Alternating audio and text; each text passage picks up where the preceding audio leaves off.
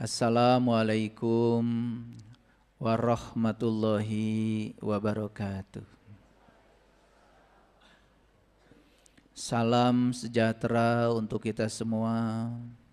Om Swastiastu, Namo Buddhaya, salam kebajikan, Sampurasun. Rahayu Sagung Dumadi. Semoga seluruh makhluk hidup di semesta ini, baik yang kelihatan maupun yang tidak kelihatan, di setiap ruang dan waktu, di semua tingkatan, senantiasa hidup berbahagia dan bebas dari segala penderitaan. Segala puji hanya milik Allah, Sang Kehadiran, Sang Keberadaan, yang terus-menerus menumpahkan cinta kasih-Nya kepada kita, termasuk hari ini kita diberikan berkah, bisa belajar bersama-sama di ruang kesadaran untuk memperbaiki kualitas hidup kita agar selalu menjadi yang terbaik. Kita tidak usah menjadi lebih baik dari siapapun, tidak penting. Yang paling penting kita selalu menjadi versi terbaik dari diri kita sendiri. Mari kita puji Allah bersama-sama membaca hamdalah. Alhamdulillahirrahmanirrahim. Mari kita awali proses belajar kita hari ini bersama-sama merasakan kehadirannya dalam diri, merasakan kehadiran ilahi sebagai daya semesta yang senantiasa mengaping, membimbing, mengarahkan kita pada hidayahnya. Dia tidak pernah menghukum, dia tidak pernah menilai, dia hanya mengingatkan kita agar hidup kita selalu lebih baik. Kita mohon ridhonya sekaligus mohon berkahnya. Kita sapa asmanya dengan kelembutan dan cinta seraya membaca basmalah. Bismillahirrahmanirrahim. Kajian kita hari ini adalah menutup lubang besar dengan sebutir pasir. Bisa enggak kira-kira menutup lubang besar dengan sebutir pasir? Bisa? Bisa. Asal terus menerus. Asal lubangnya jangan dibesarkan lagi. Masalah kita itu lubang-lubang yang diciptakan oleh kita ya terus diperbesar. Sementara tutupnya dilupakan. Coba sekarang semuanya kita praktek. Perhatikan telunjuk, ini kan telunjuk. Coba, ada kukunya nggak di situ? Ada. Coba lihat kuku itu, perhatikan. Fokuskan pandangan kita pada kuku kita. Fokuskan ke situ. Dengarkan pertanyaan saya. Itu kuku kita tumbuh apa tidak? Tumbuh. Kelihatan tumbuhnya? Kok bisa mengatakan tumbuh padahal nggak kelihatan? Ulangi. Pertanyaan gitu aja pusing ya. Coba lihat kuku kita, Yang fokus ya, jangan mikirin cicilan dulu. Lihat kuku aja. Ya, ada kukunya? Ada. Tumbuh nggak kuku itu? Tumbuh. Kelihatan nggak tumbuhnya? Kita tidak bisa melihat perubahan tumbuhnya saat ini karena saking kecilnya pertumbuhan itu. Betul? Tetapi seminggu yang akan datang makan sambal nyangkut tuh di kuku. Pas sambalnya terasi lagi, ya. Udah cuci tangan, rasanya udah bersih kok masih bau terasi, betul nggak? Ternyata nyangkut di kuku. Kenapa? Karena kukunya sudah panjang. Ya. Coba dalam seminggu aja bikin riset dalam 1 minggu. Berapa sih kecepatan pertumbuhan kuku kita dalam seminggu? Caranya gimana? Gampang. Ya. Seminggu itu berarti 7 hari. Ya, 10 hari. Mulai penelitian hari ini misalnya. Penelitian hari ini ya. Diingat-ingat tuh, panjang kukunya sekian. Nanti setelah seminggu, tahu-tahu nambah 0,1 mili misalnya. Perkirakan aja, nggak usah terlalu detail. Berarti 0,1 mili panjang dalam 1 minggu. 1 minggu itu berarti 7 hari. 1 hari itu 24 jam. Ya. 1 jam itu 60 menit. 1 menit itu 60 detik. Jadi kita tahu tuh 1 minggu berapa detik? Gampang kan? 60 detik kali 60 menit kali 24 jam kali 7. Ya kan? Gampang itu. Kalau pusing dulu kali-kalian nilainya 3, nggak usah dikalikan, pakai kalkulator aja. Ya toh? Akan tahu tuh 1 minggu berapa detik. Lalu 0,1 mili dibagi dengan sekian detik. Kita akan tahu pertumbuhan per detiknya itu adalah sekian. 0,1 dibagi angka pembaginya, yaitu dalam 1 minggu berapa detik. Pertumbuhannya itu demikian lambat. Betul? Tetapi ya, tumbuh kan? Tumbuh. Betapa hebat ya Allah. Allah itu memanjangkan kuku kita sama sekali tidak mengganggu keseimbangan kita. Hebat ya Allah. Coba. Masih ingat enggak? Dulu waktu masih gadis umur 17, masih remaja umur 17. Ya. Sekarang umur sudah 50 tahun. Ya. Dalam fase dari umur 17 sampai 50 tahun itu, proses menuanya itu kan enggak sekaligus. Sel-sel matinya itu berjalan sedemikian lambatnya. Nah, kalau dalam ilmu sains itu yang disebut dengan kuasi statik. Jadi kuasi itu dalam bahasa Inggris artinya pura-pura, statik itu diam. Pura-pura diam, padahal sebetulnya tumbuh. Hebat ya Allah. Ya, kita ini cuma nanam aja. Setelah itu tinggalkan aja, betul nggak? Kalau dilihatin aja dalam sehari, tanaman kita sepertinya nggak tumbuh. 1 bulan, tahu-tahu sudah sekian tingginya. 3 bulan sudah berbuah. 6 bulan sudah panen. Betul nggak? Betapa Allah itu tidak pernah melewatkan waktu 1 detik pun tidak mengurusi tanaman kita. Tapi kita kadang-kadang yang menanam ini merasa seolah-olah itu hasil tanaman kita. Padahal kata Allah di Quran, kamu tuh cuma menanam saja, aku yang menumbuhkan. Tapi kesadaran itu tidak ada. Seolah-olah Allah itu tidak hadir di tanaman kita. Seolah-olah Allah itu tidak ada di situ. Padahal dia itu berkarya setiap malam. Tidak tidur, tidak ngantuk, mengurusi tanaman kita. Saya baru pulang dari Jawa Timur. Di sana diajak berkunjung ke peternakan ya ayam telur. Saya berdiskusi dengan yang punya perusahaan. Ya. Apa yang kamu bisa lihat dari telur-telur yang kamu panen setiap pagi itu? Jawabannya apa? Ya telur ayah. Yang bisa dilihat itu cuma uang. 1 kilo berapa? Kalau telurnya banyak, senang. Begitu telurnya sedikit, gak senang. Saya bilang, kamu tuh kan setiap hari cuma ngasih pakan. Pernah gak kamu berpikir bagaimana Allah mengubah pakan jadi telur? Mikir gak? Wah, gak kepikir katanya. Kamu tuh cuma ngasih pakan aja, ngasih makan. Tapi setelah kamu ngasih makan, coba pernah gak kita merasakan bagaimana pikiran Allah bekerja? Sehingga makanan yang kamu berikan itu diubahnya menjadi sebutir telur. Kita tidak pernah terlibat dalam proses kesadaran itu. Lalu kita pun tidak melihat seolah-olah di kandang ayam itu tidak ada Allah. Betul apa tidak? Kalian pipis aja. Coba pipis itu pejamkan mata sekali-kali.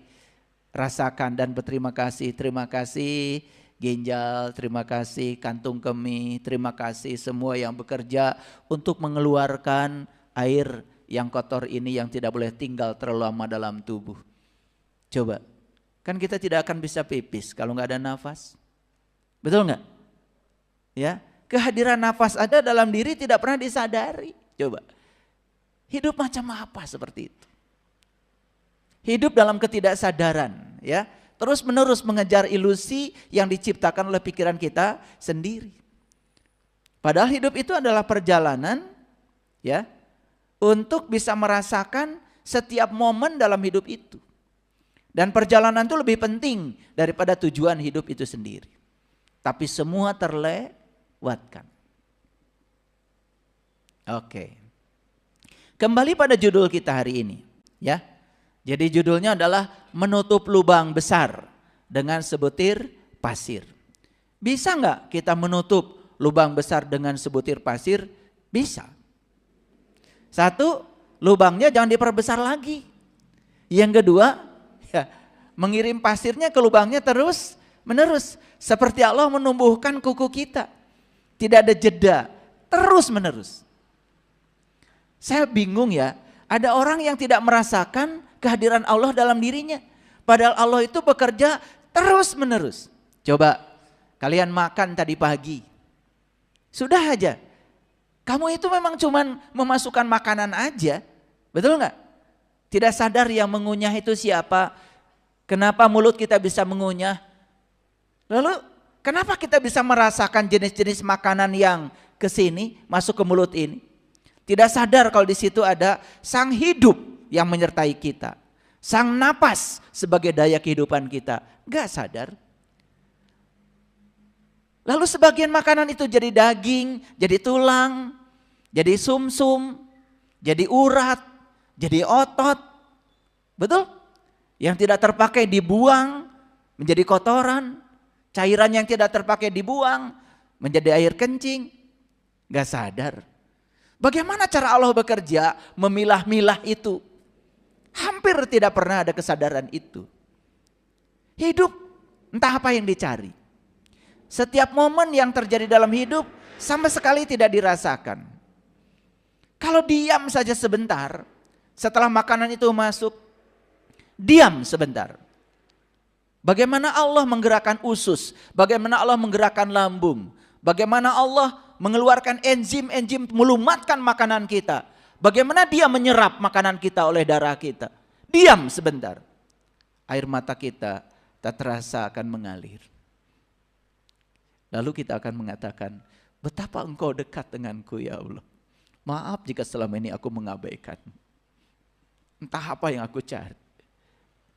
Karena kita selama ini menganggap Allah itu seolah-olah sosok yang ada di langit yang tinggi, yang dirayu-rayu oleh kita. Dan kalau kita berhasil merayunya, seolah-olah kita dekat dengan Allah. Dan kalau kita tidak berhasil merayunya, padahal Allah tahu yang terbaik bagi kita, kita mengatakan Allah tidak sayang kepada kita. Terus menerus hidup dalam seperti itu. Kita menciptakan lubang besar dalam kehidupan ini dengan kebodohan kita sendiri. Sementara pasir yang kita lontarkan ke lubang itu hanya sesekali saja. Kesadaran yang diberikan di situ hanya sesekali saja. Lalu kita berbuat maksiat, melakukan kejahatan, membicarakan orang, menyakiti orang, terus menciptakan lubang-lubang itu. Dan lubang itu semakin besar dan tidak terasa. Lubang itu yang menelan kita. Lubang itu yang memerosokkan kita. Dan kita mengubur diri kita dengan lubang yang diciptakan oleh kita sendiri. Sadarkah kita saat kita membicarakan keburukan orang, kita sedang membuat lubang untuk diri kita sendiri. Setelah membicarakan keburukan orang, siapkah kita untuk menutupi kerugian yang diderita oleh orang karena keburukannya kita bicarakan? Adakah sedikit cinta dari kita untuk menutup kerugian orang yang diciptakan oleh kita sendiri? Coba rasakan oleh kita. Kita membicarakan keburukan orang pada satu orang. Orang ini jadi berpikir buruk gara-gara kita tentang orang itu. Karakter orang itu dibunuh oleh satu orang yang diajak bicara untuk membicarakan keburukan itu. Anda sudah membuat lubang.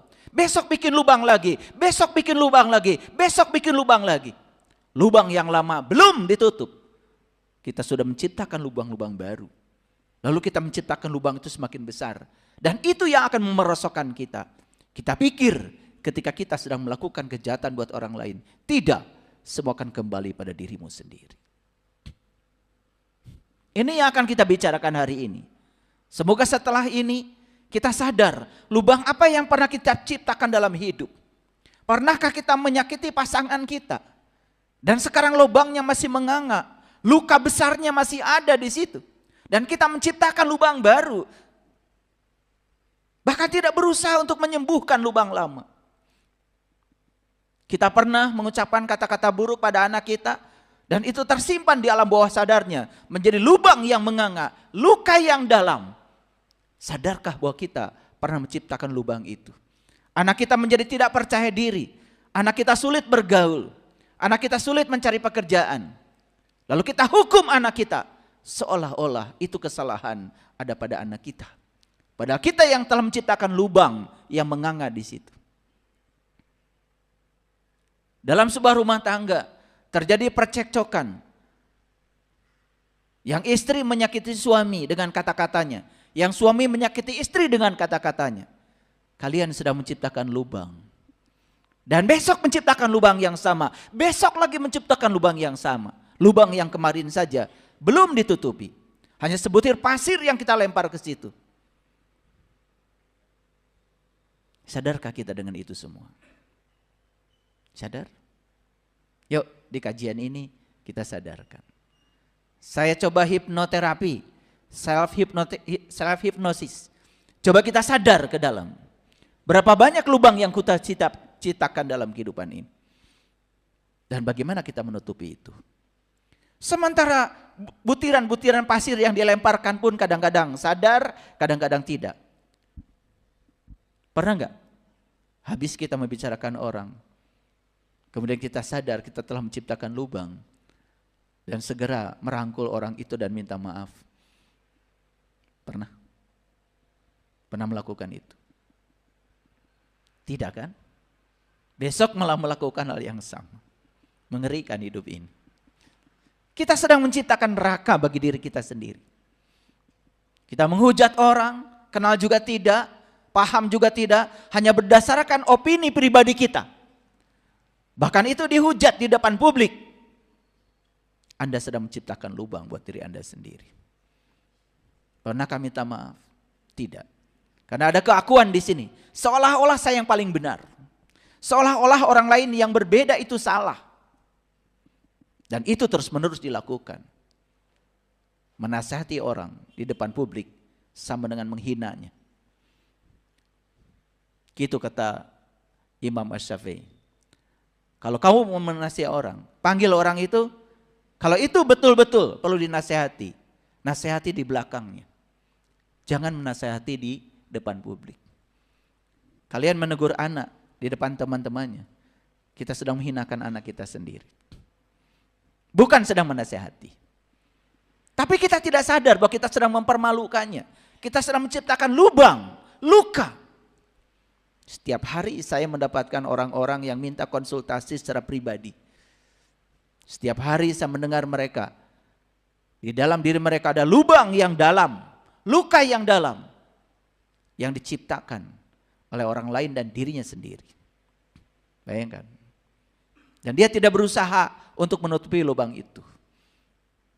Dan lubang itu pada suatu saat pasti akan memperosokkan dia. Paham kira-kira judul ini? Oke. Kalau sudah paham saya akan lanjutkan.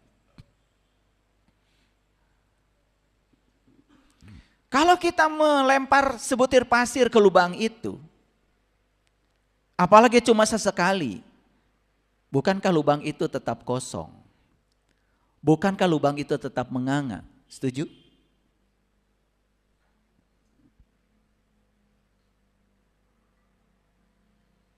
Sementara kita menciptakan lubang setiap saat. Tapi menciptakan tutupnya untuk menutupi lubang itu tidak setiap saat. Dan kita tidak sadar. Lalu apa yang terjadi? Kalau ada lubang besar, kita melemparkan satu butir pasir sesekali saja. Setuju nggak dengan saya? Kalau itu hanya menimbulkan kesia-siaan. Setuju? Oke. Pahami itu. Dan saya selalu percaya, kenapa hari ini yang hadir orang-orang ini, dan kenapa judulnya ini, saya percaya. Saya sangat percaya. Karena kita tidak bisa merekayasa. Semua itu pasti bagian dari semesta. Ada resonansi, ada kesamaan frekuensi. Karena judul ini adalah energi, dan kita juga energi. Dan ketika kita datang di tempat ini dan mendengarkan ini, berarti ada kesamaan frekuensi. Itu penting buat kita. Paham? Oke. Memerlukan waktu yang sangat lama untuk menutup lubang besar dengan sebutir pasir.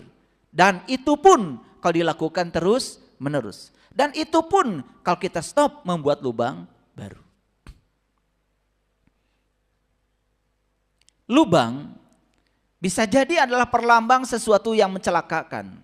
Lubang bisa jadi sesuatu yang melambangkan sesuatu yang bisa mengubur diri kita sendiri. Ada istilah kan? Gali lubang, tutup lubang. Biasanya ini istilah disempitkan hanya untuk urusan utang. Ya. Jadi kita ya untuk menutupi utang lama bikin utang baru. Ini gali lubang tutup lubang. Memang peribahasanya disempitkan untuk itu. Tapi jangan lupa loh, utang itu dimensinya sangat luas. Bukan soal uang. Kita pernah nyubit orang, utang bukan? Utang. Dan kita pasti akan dicubit orang suatu saat. Baru lunas. Itu pun kalau tidak mencubit lagi. Coba saya mau nanya sama kalian. Kalian kalau dicubit orang, sadar nggak? Kalau itu pelunasan dari semesta. Karena kalian pernah mencubit. Sadar nggak? Enggak. Kalian pasti nyubit lagi. Bahkan lebih kencang lagi. Betul Pak tidak? Makin besar lubangnya makin mengecil. Makin besar. Saya tahu nih lubang kalian tuh satu-satu saya tahu. Nih kalau diperiksa ya, ke dalam itu, wah berantakan. Tapi nggak apa-apa, nggak usah ditunjuk satu-satu ya. Udah nunjuk saja ke sini ya, ke dalam diri kita masing-masing. Kira-kira banyak gak utang kita dalam kehidupan ini? Banyak. Sekali kita mengatakan kata-kata buruk, itu direkam loh oleh semesta. Dan itu menjadi simpanan energi yang akan dikembalikan suatu saat pada diri kita sendiri. Padahal kita tidak pernah mengontrol kata-kata kita. Kita tidak pernah mengontrol. Kalau saya berkata seperti ini, apa sih yang dirasakan orang lain? Padahal kita sering diajarkan. Kalau orang lain mengatakan ini pada kita, kan kita juga merasa begini. Kalau orang lain mengatakan sesuatu yang buruk tentang kita, kan kita juga sudah merasakan. Sudah merasakan. Akibatnya sudah kita rasakan. Itu pelajarannya, bukan kita harus mengatakan hal yang sama pada orang lain. Harusnya, oh orang lain mengatakan buruk pada saya, itu rasanya begini. Saya tangkap pesannya. Berarti saya tidak boleh mengatakan hal yang sama pada orang lain. Biar saya tidak membuat lubang baru buat saya. Gitu nggak belajar hidupnya? Enggak. Jadi saya tuh bingung kadang-kadang kalian tuh kemana aja. Apa sih yang membuat kita sibuk sehari-hari itu apa sebetulnya? Saya kenapa pertanyaan ini? Karena banyak orang yang usianya nambah terus gitu. Tapi kok kedewasanya gak nambah. Kesadarannya gak nambah. Cuman tiup lilin aja dari tahun ke tahun gitu. Tapi gak ada yang berubah gitu. Saya bingung dengan orang yang semacam itu. Lalu waktu yang diberikan Allah, ya setiap hari, kayak hari ini nih, kita dikasih hari baru oleh Allah itu buat apa sebetulnya? Coba sadari. Terima kasih ya Allah. Hari ini saya dikasih hari baru. Berarti saya diberi kesempatan untuk menutup lubang-lubang saya yang pernah saya ciptakan di masa lalu. Izinkan saya tidak membuat lubang baru ya Allah. Saya ingin menutup lubang-lubang lama itu mulai saat ini. Dan saya tidak akan menunda lagi. Saya akan stop membicarakan orang. Saya stop membicarakan keburukan orang. Karena saya tahu itu hanya opini pribadi saya tentang orang. Bukan kebenaran tentang orang itu. Saya juga tidak akan tersinggung kalau dibicarakan orang lain. Karena saya sadar apa yang dibicarakan dia tentang saya. Itu hanya opini pribadi dia. Bukan kebenaran mutlak tentang saya. Karena yang tahu diri saya adalah saya sendiri. Saya tidak terganggu dengan apa kata orang tentang diri saya. Coba. Gitu enggak kalau pagi-pagi bangun pagi? Subhanallah. Ya saya percaya. Kalian bangun tadi pagi, langsung ambil wudhu, langsung sholat. Wudhu dilakukan tanpa sadar. Sholat dilakukan tanpa sadar. Baca subhanallah, alhamdulillah, Allahu akbar, la ilaha illallah, itu pun dilakukan tanpa sadar. Seolah-olah ketika baca subhanallah, Allah perlu disucikan gitu sama kita. Bagaimana dia yang maha suci disucikan oleh kita yang kotor? Sebenarnya saat kita membaca subhanallah itu apa sebetulnya esensinya? Kan kita sedang menyarap, sedang melarutkan kotoran kita dalam kemahasuciannya, bukan sedang mencucikan Allah. Karena Allah tidak perlu disucikan oleh kamu. Tapi semua nyaris tanpa kesadaran. Udah baca subhanallah 33, alhamdulillah 33, Allahu akbar 33, cuma merasa saja seolah-olah sudah punya pahala. Seolah-olah. Kan nanti katanya. Betul enggak? Tidak ada perubahan yang nyata setelah itu yang dirasakan langsung oleh kita. Bahkan orang-orang terdekat dengan kita pun tidak merasakan dampak dari semua yang dilakukan oleh kita. Kamu baca subhanallah tetap aja mulutmu kotor. Kamu baca subhanallah tetap aja pikiranmu kotor. Kamu baca alhamdulillah tetap saja kamu ingin dipuji. Kalau baca alhamdulillah tetap aja kamu tidak berubah.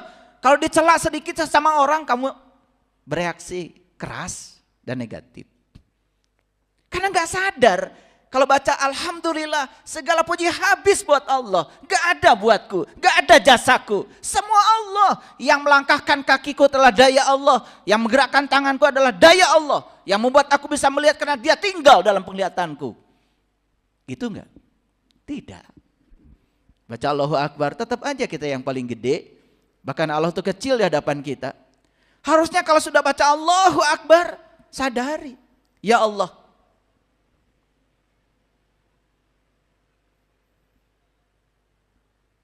Tidak ada masalah bagiku karena aku punya Engkau yang maha besar. Apa yang kita katakan setelah baca Allahu Akbar?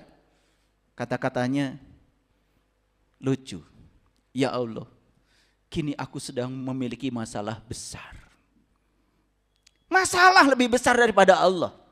Harusnya katakan sama Allah, ya Allah tidak ada masalah karena aku punya Engkau yang maha besar. Gitu enggak? Gitu apa tidak? Itu karena kita mengucapkannya jangan kayak robot, ya, pakai speaker lagi, biar orang sekampung dengar kalau kamu sudah mengatakan itu. Kalau dipungkas dengan baca la ilaha illallah, yang mana yang bukan Allah? Kemanapun kamu memalingkan wajah, di situ ada Allah. Gitu enggak? Tidak. Melihat telur tadi, telur aja. Tidak melihat yang dibaliknya.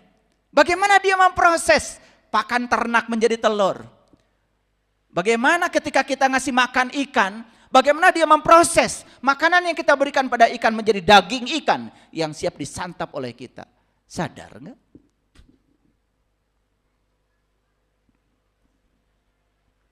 Sekali lagi, kajian saya hari ini adalah self hypnosis. Kita sedang hipnosis nih. Kita sedang mengubah ya cara-cara pandang kita yang keliru. Ya, kita sedang mengubah ketidaksadaran kita. Kalau kita merasa terenyuh, jujur pada diri sendiri, biarkan air matamu mengalir. Biarkan air matamu mengalir. Biarkan, jangan ditahan.